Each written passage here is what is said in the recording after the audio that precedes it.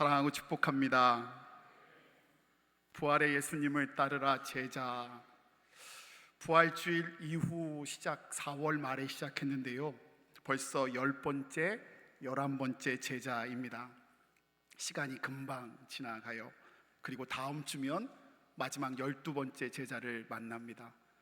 아쉬워하시네요.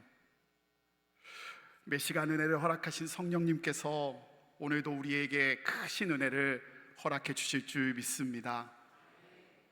성경에는 제자라는 말이 자그만치 250번 이상 등장합니다.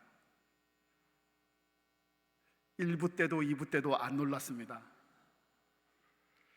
그만큼 자주 나오는 건 그만큼 중요하다는 뜻일 것입니다. 또 지난주 말씀드렸던 것처럼 예수님의 공생의 기간, 예수님의 가장 중요한 사역도 제자를 세우는 일이었습니다. 또 하늘로 승천하시며 예수님께서 남기신 마지막 명령, The Great Commission이라고 하는데요, 마태복음 28장 18절에서 20절 말씀에 등장하는데요, 우리 18절에서 20절 말씀 좀 길지만 함께 읽기를 원합니다. 예수께서 나와 말씀하여 이르시되 하늘과 땅의 모든 권세를 내게 주셨으니 그러므로 너희는 가서 모든 족속을 제자로 삼아 아버지와 아들과 성령의 이름으로 세례를 베풀고 내가 너희에게 분부한 모든 것을 가르쳐 지키게 하라. 볼지어다 내가 세상 끝날까지 너희와 항상 함께 있으리라 하시니라. 아멘. 예수님의 마지막 명령, 한마디로 말하면 제자 삼으라입니다. 제자, 제자, 제자. 그러니 제자 되는 것, 제자 삼는 것이요, 예수님에게 얼마나, 예수 믿는 우리에게 얼마나 중요한지를 깨닫게 됩니다. 그런 의미에서 여러분에게 단도직입적으로 여쭙겠습니다. 사랑하는 여러분, 여러분은 예수님의 제자이십니까? 마태복음 7장 22절에서 24절 말씀 우리에게 경종을 울립니다. 나더러 주여 주여 하는 자마다 천국에 들어갈 것이 아니요 다만 하늘에 계신 내 아버지 뜻대로 행하는 자, 제자여야 들어가리라. 그날에 많은 사람이 나더러 주여 주여 우리가 주의 이름으로 선지자 노릇하며 주의 이름으로 귀신을 쫓아내며 주의 이름으로 많은 권능을 행하지 아니하였나이까 하리니 그때 내가 그들에게 밝히 말하되 내가 너희를 도무지 알지 못하니 불법을 행하는 자들아 내게서 떠나가라 하리라. 교회에 오래 다녔다고 하면서도요, 교회 중직 장로님, 권사님, 집사님이면서도요, 다른 사람 말할 거 없어요. 성직자, 목사이면서 전도사님이라고 하면서도요, 주님의 삶과 우리의 삶이 상관없다면, 우리의 뜻이 주님의 뜻과 명령과 상관없는 제자가 아니라고 한다면 그것만큼 안타깝고 슬픈 일도 없을 것입니다. 사랑하는 성도 여러분, 저와 여러분이 주님의 사랑받는 제자 되기를 원합니다. 오늘 함께 나눌 10번째, 11번째 제자는요, 야고보와 다데오입니다. 사실 이 두 제자에 대해서는요, 유명하지 않아 기록도 거의 없습니다. 성경에 각각 한 번씩만 나올 뿐입니다. 그러나 그래서 그런지 오히려 간단한 그들로 인하여 제자가 어떠해야 하는지, 제자도를 더 잘 드러내고 있다는 것을 알게 됩니다. 들어보셨죠? The simple is the best. 간단한 게 가장 드러나는 거라는 거예요. 오늘 두 제자 야고보와 다데오를 통해 제자도 우리가 걸어가야 할 제자의 길을 점검할 수 있는 귀한 시간이 되기를 소원합니다. 첫 번째요, 있어야 할 곳에 있는 자가, 있어야 할 곳을 지키는 자가 제자입니다. 야고보, 여러분, 예수님의 제자 중에 동명이인을 가지고 있는 야고보가 또 있었습니다. 기억하시지요? 바로 세베대의 아들 요한의 형제, 우레의 아들이라고 불렸던 야고보입니다.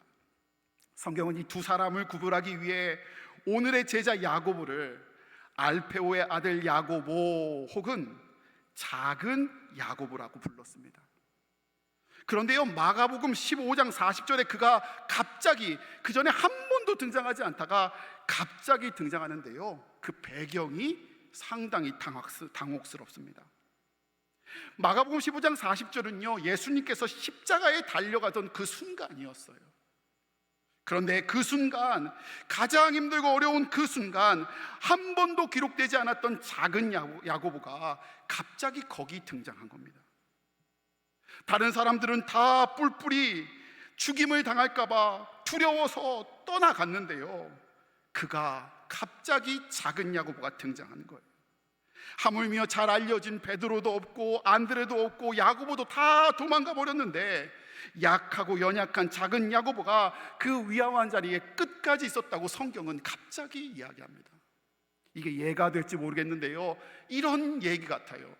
제가 부임한 지 2년 6개월이 조금 넘었는데요, 2년 6개월 동안 저를 만날 때마다 어떤 장로님이요, 우리 교회는 전도해야 된다고 그랬어요.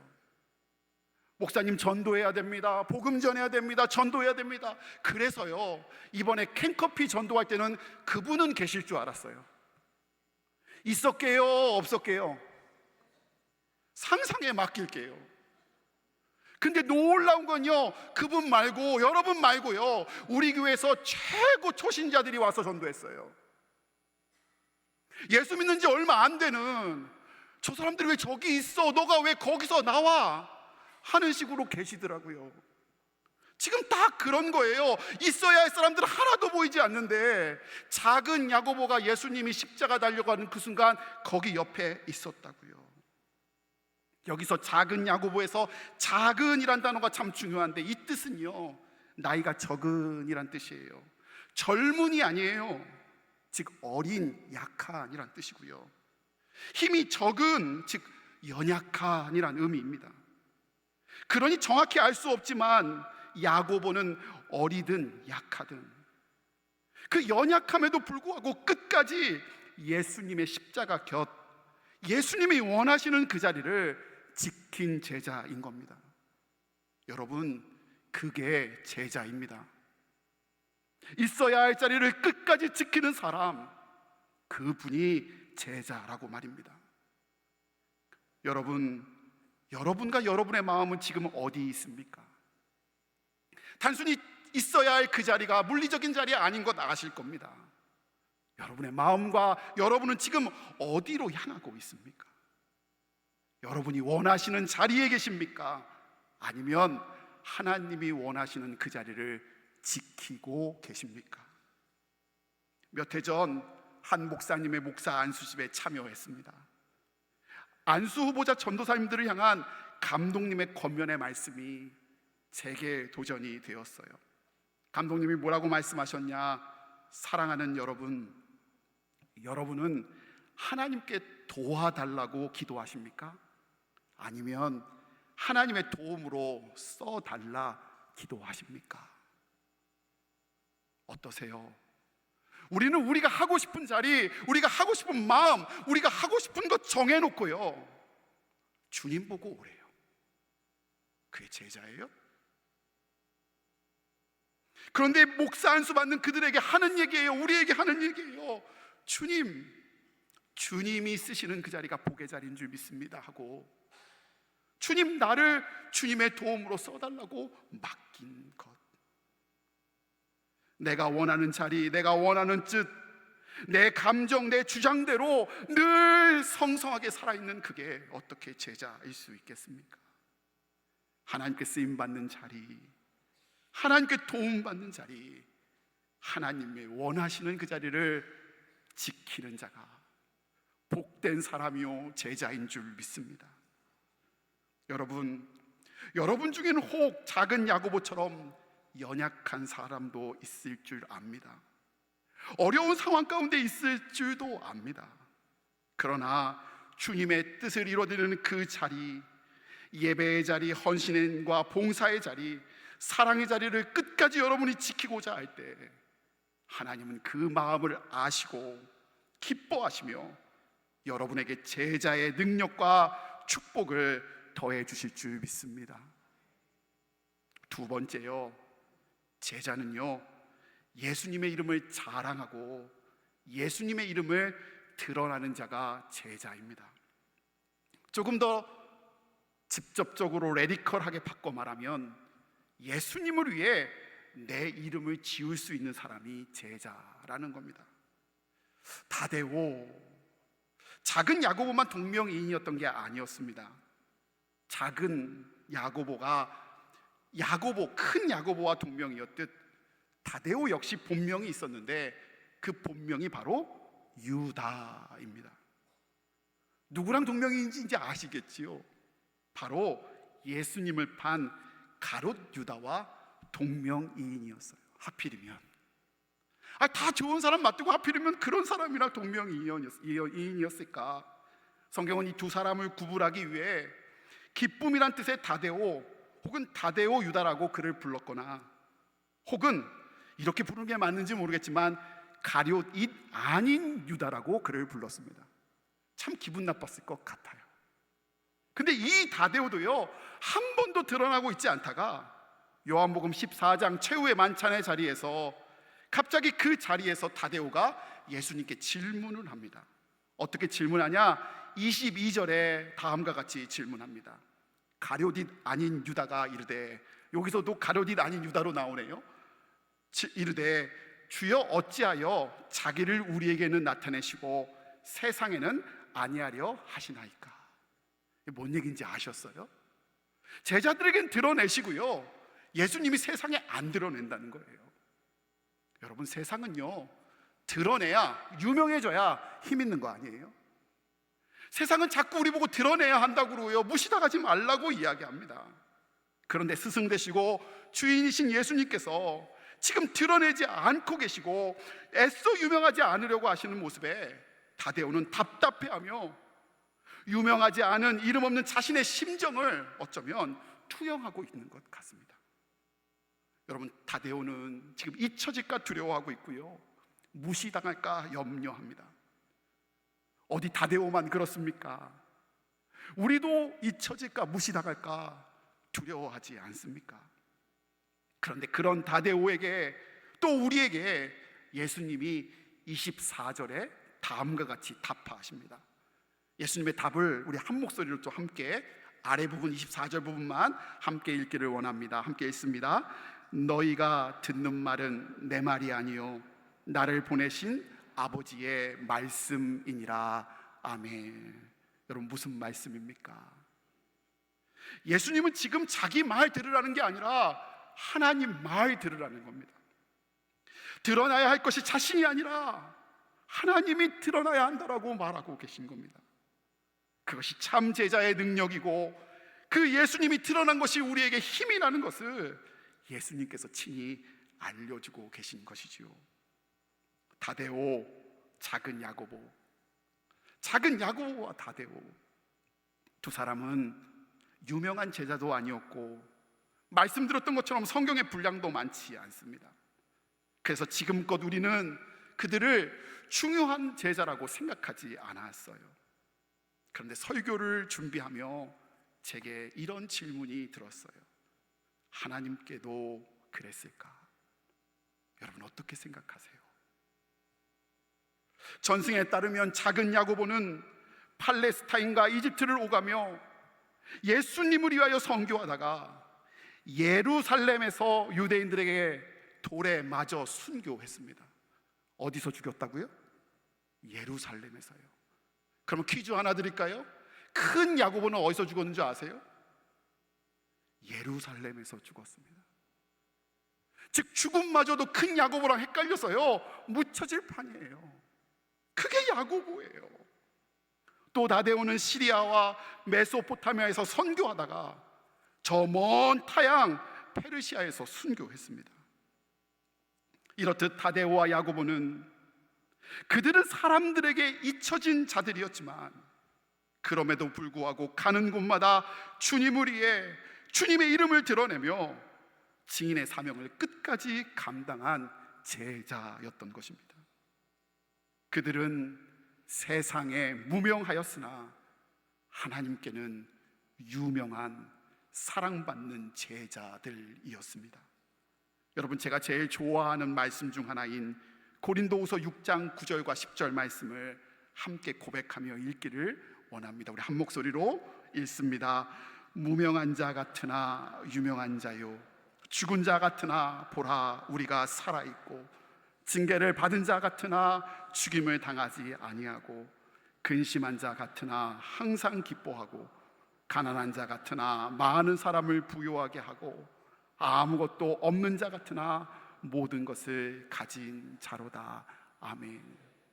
저와 여러분의 삶이 이 말씀의 고백대로 되기를 원합니다.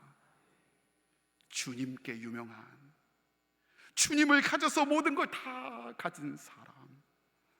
제가 유학하던 미국 워싱턴 DC에 현충원처럼 알링턴 국립묘지가 있습니다. 근데 거기에요, 무명 용사들의 무덤이 있습니다. 국회의원이 당선되고 대통령이 출마하고 그러면 우리도 현충원에 가서 정치인들이 분향하는 모습을 보셨을 거예요. 아무데나 하는 게 아니고요, 바로 현충원에 있는 무명 용사의 탑, 무명 용사의 비에 가서 해요. 근데 똑같이 그곳에 있어요. 근데 제가 거기 방문했다가 거기 써 있는 묘비의 글귀에 은혜가 됐어요. 뭐라 써 있냐, 이렇게 쓰여져 있습니다. 여기 오직 하나님께 알려진 무명의 용사들이 잠들다. known but to God. 하나님은 아신다는 거예요. 세상에 알려지지 않았지만, 세상은 무명이라고 하지만 사명을 끝까지 감당하는 그분들로 인해 나라가 존재합니다. 저는 교회도 가정도 이와 마찬가지라고 생각해요.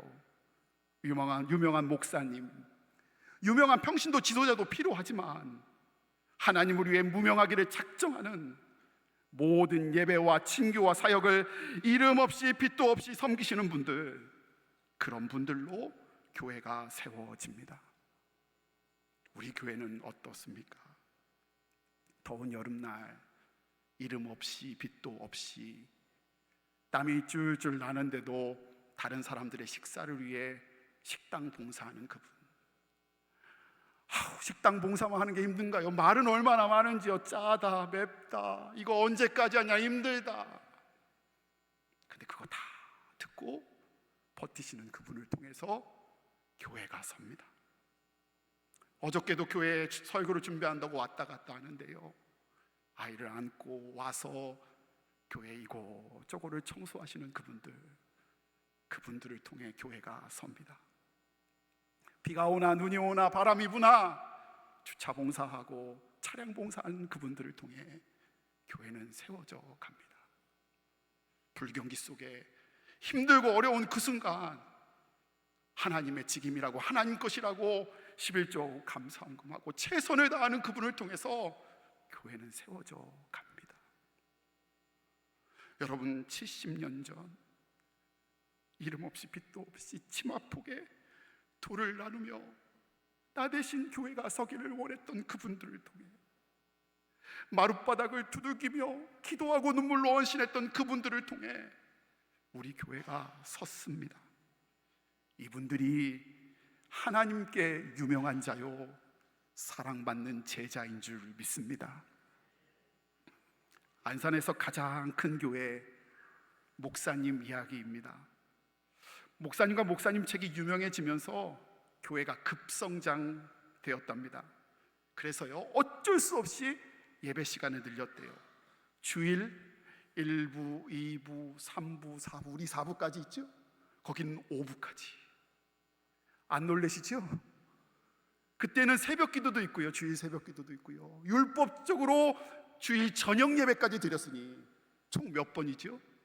목사님 7번 집례하고 7번 설교하셨답니다. 저는 우리 교회에 이런 축복을 주실 줄 믿습니다.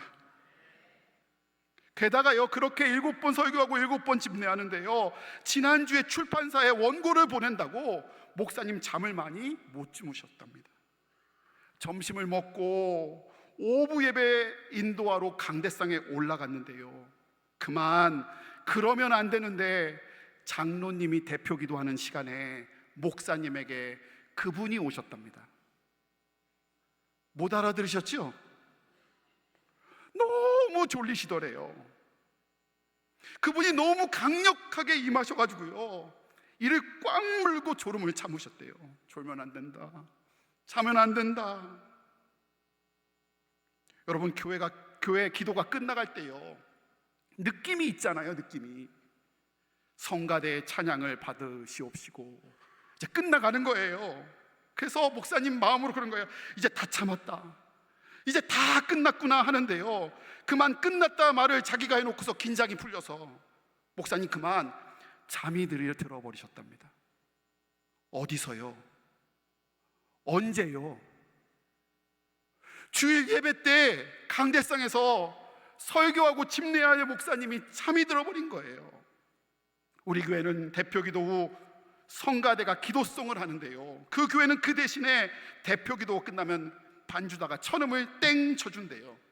그러면 목사님이 선창으로 하늘에 계신 아버지 이름 거룩하사, 이렇게 주기도문송을 재창한대요. 근데 그날을 반주자가 첫음을 땡 쳤는데 목사님은 찬양을 안 하시는 거예요. 뭐 하느라? 주무시느라. 뭔가 이상함을 깨달은 교인들이요, 하나 둘씩 눈을 떴고 이렇게 쳐다보셨대요. 근데 목사님이 앞에 나와서 주기도문 선창을 해야 되는데 뒤에서 이렇게 주무시고 계시는 거예요. 이제 어떻게 해요? 어떻게 해야 되지요? 어쩔 수 없이 대표기도한 장로님이 목사님 가서 깨우셨대요. 목사님, 끝났어요. 아이고야. 목사님 얼마나 당황스러우셨겠어요. 그리고 아세요? 꼭 그렇게 잔 잠이요, 깊은 잠이 들어요. 그래서 비몽사몽하셔서 끝났다는 말에 강대상으로 나가서 이렇게 하셨대요. 이제는 우리 주 예수 그리스도의 크신 은혜와 하나님의 사랑과 성령님의 교통하심이 영원토록 함께 하시길 간절히 축원하옵나이다. 아멘. 이제 어떻게 해야 돼요? 어디부터 다시 해야 됩니까? 신학적으로 좀 말씀 좀 해보세요. 정신이 하나도 없이 간신히 예배를 마치고 저녁에 집에 돌아오셨는데요, 이제부터 문제예요. 담임 목사님이 교회 갈 용기가 안 나더래요. 교인들 볼 낯이 없더래요. 그렇게 피곤한데 잠이 안 오시더래요. 어떻게 하지요? 목사가 교인들 앞에서 대예배 시간에 잠을 잤으니 이 얼마나 두려운 일이에요. 근데 목사님께, 두려워하고 있는 목사님께, 겁나고 있는 목사님께 선임 장로님과 장로님 몇 분이 찾아오셨답니다. 게다가 들어오시는데 선임 장로님 손에 뭔지 아세요? 교리와 장정이 들려 있더래요. 법이에요, 법. 올 것이 왔구나. 어떡하나. 목사님이라서 어떻게 그렇게 하실 수 있으세요? 영적으로 깨어 계시는 분이 지금 잠이 와요. 이렇게 하실 줄 알았는데 대신에 선임 장로님은 아무 말 없이 장정을 펴서 다음과 같이 읽기 시작하셨답니다. 225항 제25조 장로의 직무. 감리사의 파송을 받은 교회에서 담임자를 도와 예배, 성례, 그 밖의 행사 집행을 보좌한다. 담임자를 도와서 교회 임원들의 활동을 지도한다. 담임자를 도와서 교인들을 신방하며 신앙을 지도한다. 교회의 재정 유지에 적극 참여한다. 다른 거 안 읽고 장로의 직무를 읽은 장로님은 이렇게 말씀을 이어가셨대요. 목사님, 죄송합니다. 저희가 장로로서 목사님을 잘 못 도와드렸습니다. 용서해 주세요. 그 교회가 쓸 수 있는 것, 목사님이 유명하셔 그렇습니까? 분노의 자리, 질타의 자리, 비난의 자리 대신 그런 장로님이 무명의 자리를 택하셔서, 위로의 자리를 택하셔서, 사랑의 자리를 택하셔서 그 교회는 설 수 있었습니다. 교회는 유명한 목사님 한 분으로 세워지는 것이 아니라 하나님의 교회를 사랑하는, 교회를 사랑하는 무명하지만 주님 우리의 사명을 다하시는 그 장로님 같은 분들을 통해 이루어짐을 목사님 다시 한번 깨달으셨답니다. 얼마나 눈물이 나시던지. 사랑하는 제주중앙의 성도 여러분, 다시 한번 여쭙겠습니다. 여러분은 예수님의 제자입니까? 고민하지 마십시오. 여러분 예수님의 제자 맞습니다. 자격이 아니라 예수님이 부르셨기 때문입니다. 예수님이 부르셔서 예수님의 뜻을 이루시기 위해 우리를 택하셨기에 우리는 제자입니다. 제자가 된다는 것은 예수님의 실제적인 인격과 삶을 배워가는 과정이지만, 어찌 보면 오늘도 힘주시는 주님을 의지하며 그 주님의 영광 위에서 우리를 맡겨드리는 일입니다. 오늘 그 믿음 가지고 나아갈 때 부르신 주님이 우리에게 힘주시고 은혜 주시고 있어야 할 자리를 있게 할 수 있게 하시며, 우리를 통해 예수님 이름이 드러나며 예수 영광 보여주실 줄 믿습니다. 사랑하는 주님 앞에 내가, 그리고 가정이, 일터가 제자의 삶, 제자의 축복을 누릴 수 있는, 그래서 주님이 우리를 기쁨으로 생각하시듯 우리를 통해 우리 주님이 기쁨 넘치시기를 예수님 이름으로 축원을 드립니다.